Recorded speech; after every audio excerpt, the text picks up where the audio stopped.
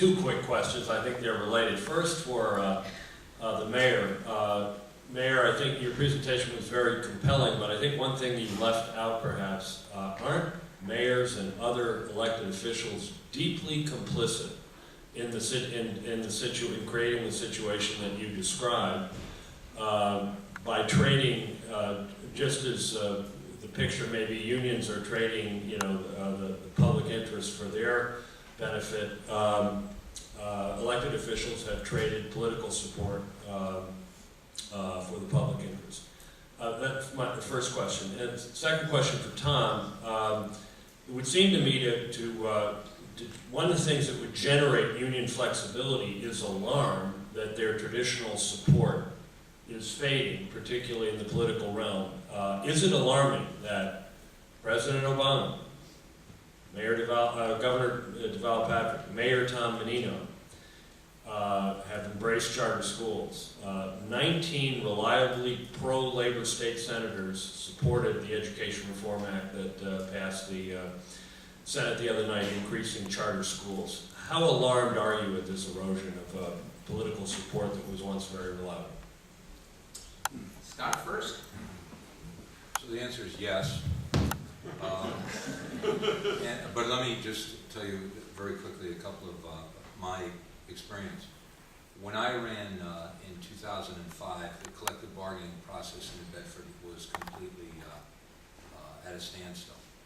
And what I was able to do, because I think I understood the CBA responsibilities, the bargaining responsibilities, was take the same dollar pot that had been offered to the labor unions and working with them in good faith, worked out a cadence for raises that were, at the time, looked at as modest and adopted throughout the southeast Massachusetts region, which was 3.3, 3.5. And they hadn't had raises in several years. They hadn't had raises that represented 5 years basically worth of raises. At the same time, though, I got the unions to agree to put out our health insurance plan for the first time in 50 years. And what we did was save millions of dollars in this 4-year period of time, going from Blue Cross Blue Shield, Master Medical Health type of a plan, the Cadillac plan, down to HMOs through Harvard Pilgrim, through a competitive process. Set up a Section 19 committee, which now basically is working with us on plan design. So I think that on one hand, more than happy to participate in collective bargaining. On the other hand, knew that we had to begin to turn the boat a little bit around. But now I'll just tell you the other side of the story. Once the 9C cuts came through, I went to all the labor unions and said, looking at these numbers, looking at the projection for the next 2 years, if everyone takes a 10% cut, this would be very helpful, Doctor. If everyone takes a 10% cut, we don't have to do any layoffs. And each of the unions came back in and said, go ahead and lay people off. We don't want to take the 10% cut. And then we went through a process where we ended up having to lay off 180 people. The unions came in and said, we can't believe you just laid off 180 people. I said, what did you think was going to happen? And they were laid off within a day after the unions coming back and saying it wasn't going to happen, because I wanted people to understand this wasn't for the fun of it. Now, when we got the 2010 budget, I went back to the unions and said, well, we need to make some substantial cuts again here to get us through if you want to avoid layoffs. And the ASME unit came back and said, without holding a meeting, they have their executive committee, which is made up of people 15 to 20 years plus, who know they wouldn't be laid off, came back and said, go ahead and lay everyone off again. And I said, that's not in the best interest of the city, because at a certain point we won't be able to perform the services. So I instituted a furlough of 4 hours a week for each of the ASME members. They went to the Superior Court. Superior Court came back and said, for the good of the order, to preserve the city services, the furlough will be enacted. The mayor has the responsibility and the authority. They took it to the appeals court. The appeals court actually, in their decision that you might want to look up, gave me more authority about imposing furloughs in order to keep the body politic alive and serve the taxpayers. So it seems to me that the unions have to lead. I'm ready to say right now that every elected official in the state at some point or another has pandered, kowtowed, done something, and when you look at it and say that just isn't in the best interest long-term, either for votes or to try and quell some sort of major controversy. But as of this moment, everyone has a responsibility to sit down and figure out how we get by without massive layoffs, how we get by without the default in services. Tom, you get the second question. Charter schools, you, I think, and Paul may have been on the opposite side of this issue. Well, again, when you asked me to speak, you said 15 minutes, and I said I need 2 hours. Same thing here. Look, first of all, well, let me say we organize charter schools. I mean, AFT Massachusetts is interested in organizing charter schools. So we welcome them all to become union members. We have actually organized our first one and negotiated a contract in Brighton. So we're not out to eliminate charter schools. And quite frankly, to speak directly to the question, you know, in the political world is a world of compromise.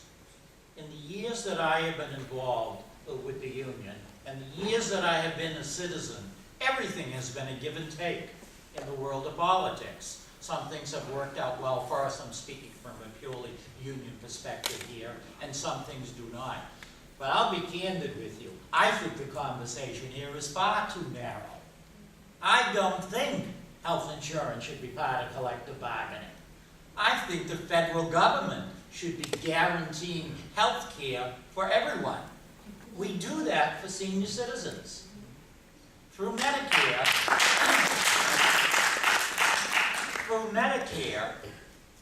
we offer health care for senior citizens. We do not do that for the rest of the country. Do you know why? Because we still think that health care is a privilege rather than a right. You go to France, Germany, Italy, Ireland, Russia, Sweden, Norway, Denmark, you get a far different response. Health care is my right, and the government should be providing for that. We think in too narrow terms. And let me say one other thing. I think Bob said we're anti-government. That's a major issue. We have been that throughout our history. It's a rare moment that we're pro-government. We became a country revolting against government. We revolted against Great Britain, and that still carries through. When does government really become significant? In crisis. So we had the Great Depression and World War II. Everyone looked to government to save them. And that lasted through the Johnson period. And now we're going through periods that are more typical of our history. Gee, we've got to mistrust government. But sure enough, government stepped in just a year ago when we had a recession. Absolute big time. So I will tell you right now, we should not be using this time to cut back on the needs of people. We should be doing the direct opposite. And it isn't just union members, it's all the working people that we need to look at. I'm going to take the privilege of the chair to follow up, Tom, because I think you're missing a major issue that we need to deal with. We fought like crazy to get a penny and a quarter added to the state sales tax. Yep. When in fact, many legislators did not want to have to pass that because they thought the people of Massachusetts would rebel against it. And I would argue, as somebody who comes out of a trade union myself, several of them, that part of the problem is the people in Massachusetts believe that under the current regime and with the strong unions we have in the state, that all that happens that when you raise taxes is that you just make union workers richer rather than to improve services and to improve the quality of life for the citizens and taxpayers of the state. And therefore, the reason why people are anti-government and the reason why people are unwilling to increase taxes to the level that I think are necessary to provide the services we want has a lot to do with the way people are seeing the public employee unions in the state. I disagree. I think there are some issues there. I will tell you that the tax burden is far lower in Alabama, Mississippi, Utah, Wyoming, Oklahoma than it is here, where unions really don't amount to very much. Okay? I do see that as an issue though.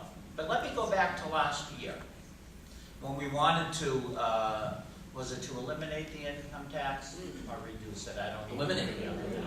We wanted to eliminate the income tax, okay? The first poll showed 1% margin of victory, of defeat for eliminating the income tax. It lost by 40 points.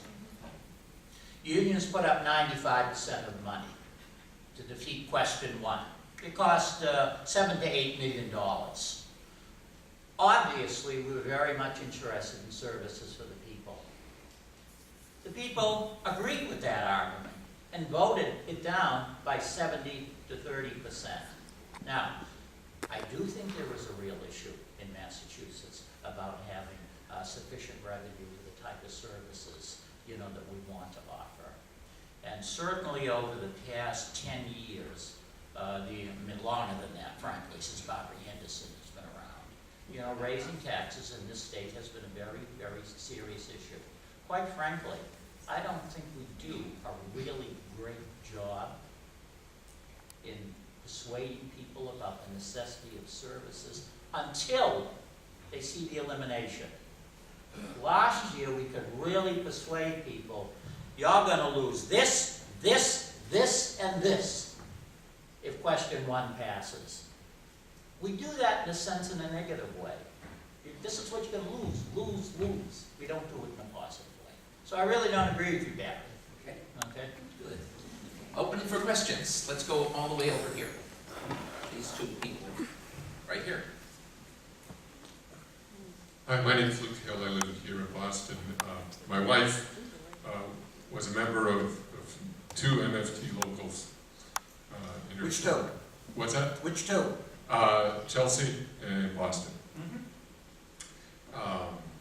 So, on behalf of my whole family, thank you for the wages and benefits.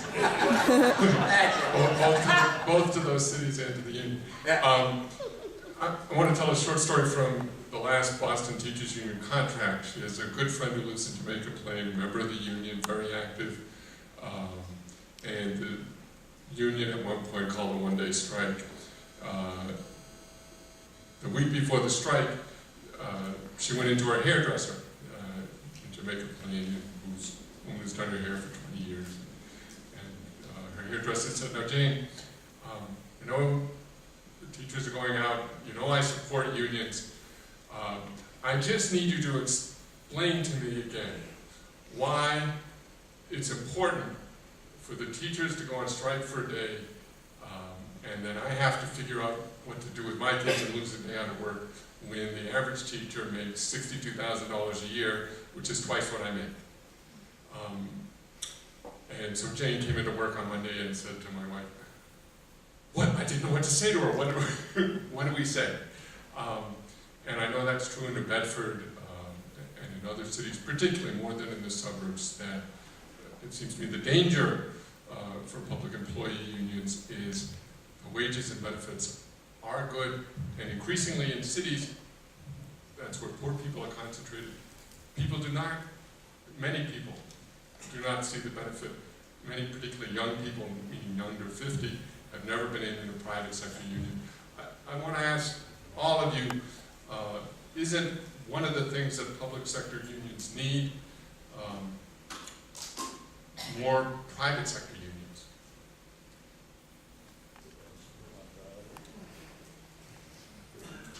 Just very quickly, when I first came into Bedford, the law firm that I was associated with represented 25,000 union members in the general New Bedford area.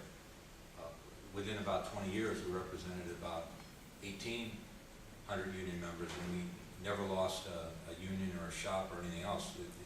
The jobs left, the unions collapsed. The private sector unions in New Bedford now are very, very limited. And I know they're organizing campaigns that go on, but the fact of the matter is as the federal and state legislatures have adopted employment laws that provide everything but, in all honesty, at-will protection. In other words, just cause type of terminations, it's very, very difficult for the unions to go in and make an argument as to why someone should sign up and pay union dues or support the union. So I think, again, I think the unions have to lead. They have to explain exactly what their purpose is, why it's important. And then on the public sector side, they have to be able to show that they can adapt to a completely changed circumstance and economy. Anyone else? Yeah, your question, I think your question was, has the decline in the private sector had an impact on the public sector unions? Was that it? Well, isn't Short, one of very brief. isn't one of the things that public sector unions need is more workers in the private sector who have experience in unions and know wages and benefits and some protection? The answer is yes. If 35% of the private sector were organized, we would be having a different conversation today. Absolutely. I want to add on one point, though. Again, it will take me only a minute. And I will speak only for teachers. I can't speak for all public employee unions. Teachers are the biggest bargain on the face of the earth. Do you know why? 50% of teachers leave after 5 years in the classroom. It's a serious issue that we have to look at. So what happens financially because of that? You hire a first-year teacher who makes a lot less than a fifth or sixth-year teacher. And that goes on and on and on.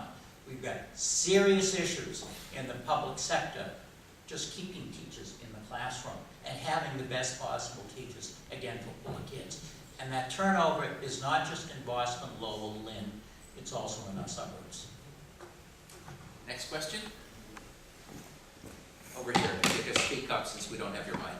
Okay. And make it brief, please. Question for Tom Gosnell again. In the beginning of your remarks, you pointed out three problems affecting teachers: lack of professional development programs, lack of mentoring programs, poor evaluation methodologies. My experience in the private sector is that's true there as well, and in many nonprofit organizations as well. I wonder what empirical evidence you can share with us that suggests that these issues are correlated with student achievement. Are they more significant than just hiring the brightest teachers and compensating them properly? Well, see, I can't answer your question directly without expanding it. I live in Winchester. It is an upper middle income community. I'm telling you, it's a different world from the city of Boston to the city of Chelsea. So the socioeconomic conditions are so important. A kid in a Boston school goes back to his neighborhood, and the night before a kid's been killed. That doesn't happen in Winchester. That is such a difference. Or has inadequate housing, poor nutrition, serious dental problems. Those things don't happen in Winchester. It's another world and affects the classroom intimately. But to go directly, to your questions. Look, you want the best teachers in the classroom. Do I have the empirical evidence right here, that the best teachers produce the best results? Well, I don't, except to say what I said at the beginning. We have the best achievement in America. If the teacher is the most important in-house person for achievement, and we've obviously got a lot of terrific teachers around, but I want to repeat this. Everyone can be better, and evaluation systems should be leading to that, and professional development should be leading to that. I hope that answers it. A question over here. Another question? All right, over here. My question has to do with the situation with the Washington